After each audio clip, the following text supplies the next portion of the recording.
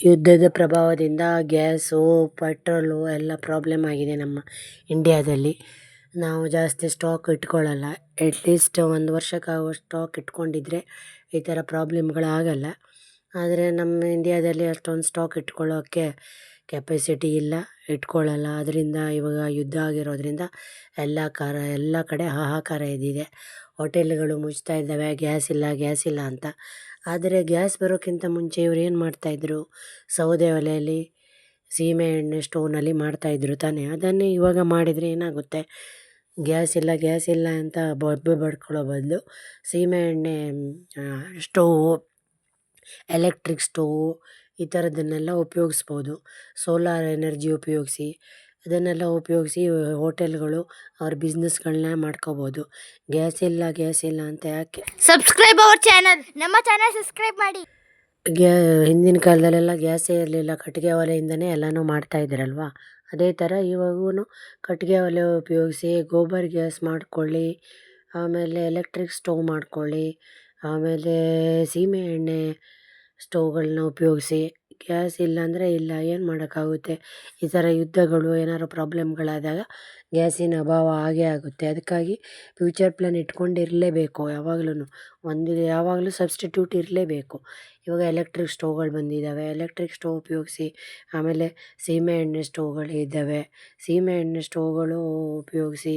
ಆಮೇಲೆ ಕಟ್ಟಿಗೆ ಒಲೆಗಳು ಇದ್ದಾವೆ, ಕಟ್ಟಿಗೆ ಒಲೆಯನ್ನು ಉಪಯೋಗಿಸಿ. ಎಲೆಕ್ಟ್ರಿಕ್ ಕುಕ್ಕರನ್ನ ಉಪಯೋಗಿಸಿ. ಸೋಲಾರ್ ಒಲೆಗಳು ಬಂದಿದ್ದಾವೆ ಇವಾಗ, ಸೋಲಾರ್ ಒಲೆಗಳನ್ನ ಉಪಯೋಗಿಸಿ. ಈ ಥರ ಎಲ್ಲ ಕಡೆ ಉಪಯೋಗಿಸ್ಬೋದು. ಎಲ್ಲೆಲ್ಲಿ ಹೋಟೆಲ್ಗಳಲ್ಲಿ ಉಪಯೋಗ್ಸೋಕ್ಕೆ ಅವರಿಗೆ ಒಂದು ಅನುಕೂಲತೆ ಇರುತ್ತೆ ಅಲ್ಲಿ ಅಸ್ತ್ರದ ಒಲೆ. ಇವಾಗ ಹಳ್ಳಿಗಳಲ್ಲೆಲ್ಲ ಅಸ್ತ್ರದ ಒಲೆಗಳು ಮಾಡ್ತಾಯಿದ್ರು, ಅದೇ ಥರ ಅಸ್ತ್ರದ ಒಲೆಯನ್ನು ಉಪಯೋಗಿಸ್ಬೋದು. ಹೋಟೆಲ್ಗಳಲ್ಲೂ ಅಸ್ತ್ರದ ಒಲೆಗಳನ್ನ ಉಪಯೋಗಿಸಿ ಹೊಗೆ ಎಲ್ಲ ಮೇಲ್ಗಡೆ ಹೋಗುವ ಹಾಗೆ ಮಾಡ್ಕೋಬೋದು. ಅದೇನು ದೊಡ್ಡ ಕೆಲಸಗಳೇನಲ್ಲ. ಸೀಮೆ ಎಣ್ಣೆ ಸ್ಟೋವ್ಗಳನ್ನ ಉಪಯೋಗಿಸ್ಬೋದು. ಗ್ಯಾಸ್ ಇಲ್ಲ ಅಂದರೆ ಅದಕ್ಕೆ ಸಬ್ಸ್ಟಿಟ್ಯೂಟ್ ಹುಡ್ಕಬೇಕು. ಅದೇ ಬಿಟ್ಬಿಟ್ಟು ಗ್ಯಾಸ್ ಇಲ್ಲ ಅಂತ ಕೂತ್ರೆ ಆಗಲ್ಲ. ಹಿಂದಿನ ಕಾಲದಲ್ಲಿ ಗ್ಯಾಸ್ ಇಲ್ಲ, ಕಟ್ಟಿಗೆ ಒಲೆಯಲ್ಲೇ ಎಲ್ಲ ಗೀಟ್ಲೆಲ್ಲ ನಡೆಸ್ತಾಯಿದ್ರು ತಾನೇ. ಇವಾಗೆಲ್ಲ ಸ್ವಲ್ಪ ಹೈಫೈ ಆಗಿ ಹೋಟ್ಲುಗಳನ್ನ ಮಾಡ್ಕೊಂಡಿದ್ದಾರೆ.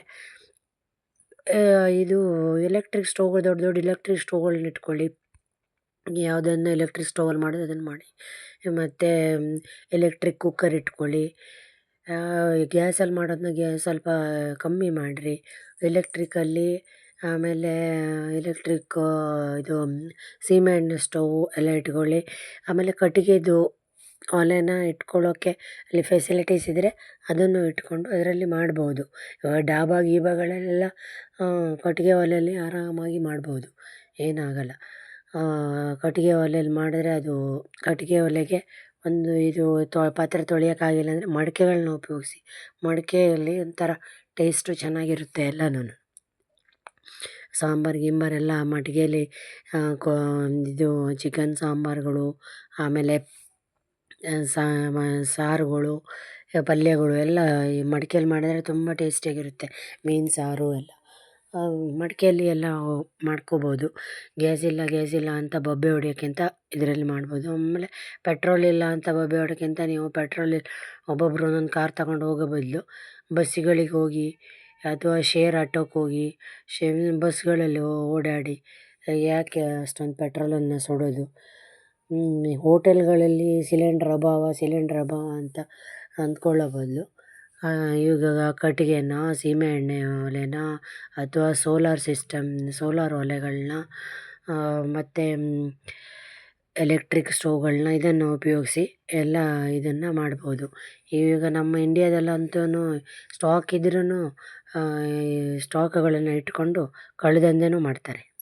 ಸ್ಟಾಕ್ ಇದ್ರೂ ಒಳಗಡೆ ಅಡಗಿಸಿಟ್ಬಿಡ್ತಾರೆ, ಡಬಲ್ ರೇಟಿಂಗ್ ಮಾರಿ ಕಳ್ಳದಂಧೆಗಳನ್ನು ಮಾಡ್ತಾರೆ. ಅದಕ್ಕೆಲ್ಲ ಅವಕಾಶ ಕೊಡಬೇಡಿ. ಎಷ್ಟು ಗ್ಯಾಸ್ ಇದೆಯೋ ಅಷ್ಟು ಗ್ಯಾಸ್ ಇಟ್ಕೊಂಡು ಉಳಿದಿದ್ದ ಗ್ಯಾಸ್ಗಳಿಗೆ ನೀವು ಅದು ಎಲೆಕ್ಟ್ರಿಕ್ಕು, ಸೀಮೆ ಎಣ್ಣೆ ಸ್ಟೋವು, ವುಡ್ ಎಲ್ಲ ಉಪಯೋಗಿಸಿ ಒಲೆಗಳನ್ನು ಉಪಯೋಗಿಸಿ ಅಡುಗೆ ಮಾಡಿ ಎಲ್ಲ ಮಾಡಿ. ಯಾವಾಗಲೂ ಅಷ್ಟೇ, ಒಂದಿಲ್ಲ ಅಂದರೆ ಇನ್ನೊಂದನ್ನು ಮಾಡಿಟ್ಕೋಬೇಕು. ಹೋಟೆಲ್ನವರು ಮುಂಚೆನೇ ಪ್ಲ್ಯಾನ್ ಮಾಡಬೇಕು. ಗ್ಯಾಸ್ಗಳು ಈ ಥರ ಯುದ್ಧ ಆದಾಗೆಲ್ಲ ಗ್ಯಾಸ್ಗಳು ಸಿಗೋಲ್ಲ, ಅದಕ್ಕಾಗಿ ಮುಂಚೆನೇ ಪ್ಲ್ಯಾನಲ್ಲೇ ಇರಬೇಕು ಅವರು.